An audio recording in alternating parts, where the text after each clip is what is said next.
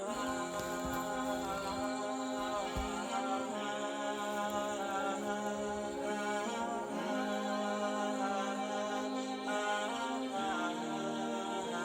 वालेकुम गाइस, क्या हाल चाल है आप सबका। अल्हम्दुलिल्लाह मैं भी ठीक हूँ। Welcome to another vlog. आज है जी ये सुबह का टाइम और मैं नाश्ते के बाद जो है वो अपनी सफाई वाली से जो है वो सर में एलोवेरा लगवा रही हूँ क्योंकि मुझे डैंड्रफ हो गई है। इसके अलावा जो है आज मुझे 2 पार्सल्स आए थे, मैंने ऑर्डर किए हुए थे। ये मैंने नादिया के किचन पर देखे थे और मुझे काफ़ी ज़्यादा पसंद आए थे।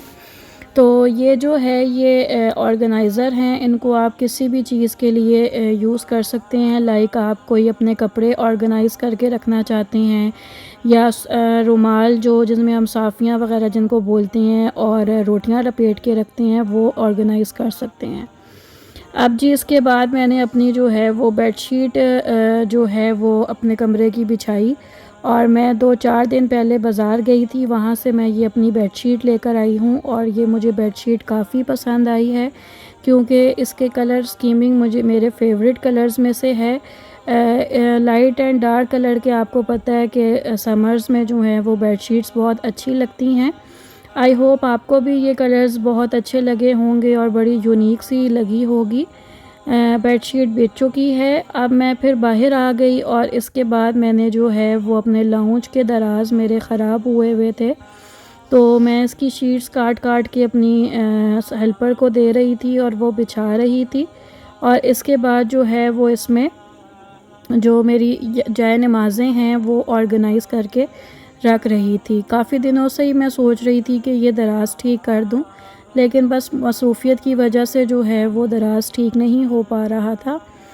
तो अब जितनी भी जाए नमाज़ें हैं वो तकरीबन एक दराज में तो आ नहीं सकती थी, तो इसलिए फिर मैंने उसको 2 दराज़ों में डिवाइड कर दिया है। अब मैं इसमें दूसरे दराज की भी मैंने उसको शीट काट के दी, तो बकाया की जो जाए नमाज़ें थीं वो हमने इसमें डाल के रख दी।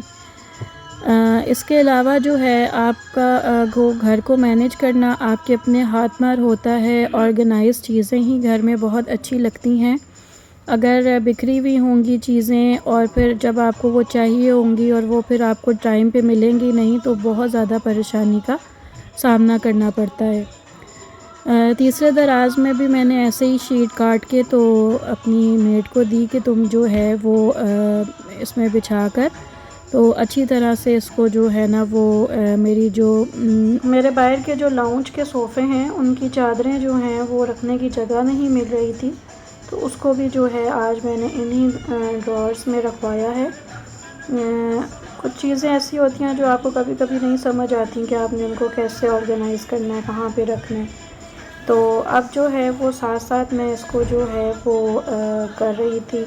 जो मेरी जो चादरें नमाज़ पढ़ने की हैं, मोटी चादरें लंबी चादरें, वो मैंने साइड पे रख दी और उसके बाद मैं ये भी चीज़ें जो हैं मेरी अच्छी तरीके से आज ऑर्गेनाइज़ हो गई। इसके बाद फिर मैं जो है वो किचन में चली गई और किचन में जाके फिर मैंने जो है ये अपने रुमाल साफ़ियाँ दस्तरखान वग़ैरह सेट करके इसमें रख दिए। अब जी मैंने 1 कप में दाल ली है और 1 कप दाल लेकर मैंने इसको एक दूसरे बाउल में शिफ्ट किया और इसको मैंने भिगो के रख दिया।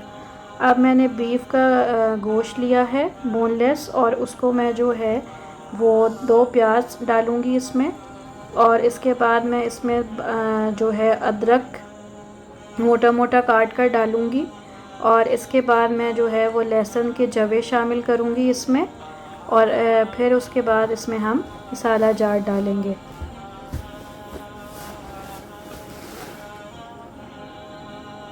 मसाला जार में जो है वो हम लाल मसाला डालेंगे 2 चमचे।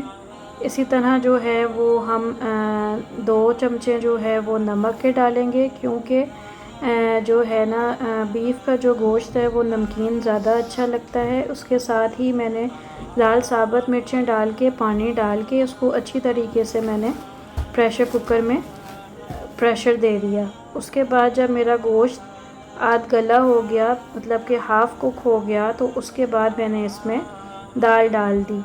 इसी पॉइंट पे आप जो है वो लौंग, काली मिर्चें, दालचीनी और मोटी इलायची डालेंगे और उसको प्रेशर देके उसको भी साथ ही कुक कर लेंगे ताकि सारा अरोमा इसमें आ जाए।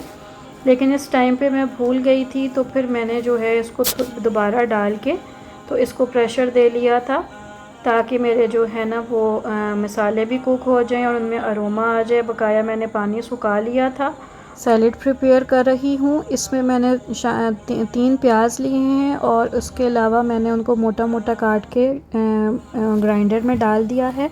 और साथ ही मैं जो है इसमें धनिया, पुदीना, सब्ज़ मिर्चें, अदरक और अनारदाना और जो है नमक डाल के इसको अच्छी तरह से जो है ना सूखा धनिया भी डाल के मैं इसको अच्छी तरह से ग्राइंड कर लूँगी। और इसके बाद जो है ये जो सैलेड है, इस सैलेड को तैयार करने के बाद मैं जो मिक्सचर मैंने बनाया है शामी कबाबों का, उसको अलग से ग्राइंड करूँगी और उसके बीच में ये शामी कबाब की सैलेड डालकर इसको अच्छी तरह से मिक्स करके उसके बाद मैं इसको इस शामी कबाब की शेप दे लूँगी। और अब मैं जो है वो शामी कबाब फ्राई कर रही हूँ। अगर आप इसमें अंडा डाल के फ्राई करना चाहते हैं तो अंडा डाल के फ्राई कर लें, वरना ऊपर लगा के तो भी फ्राई कर सकते हैं।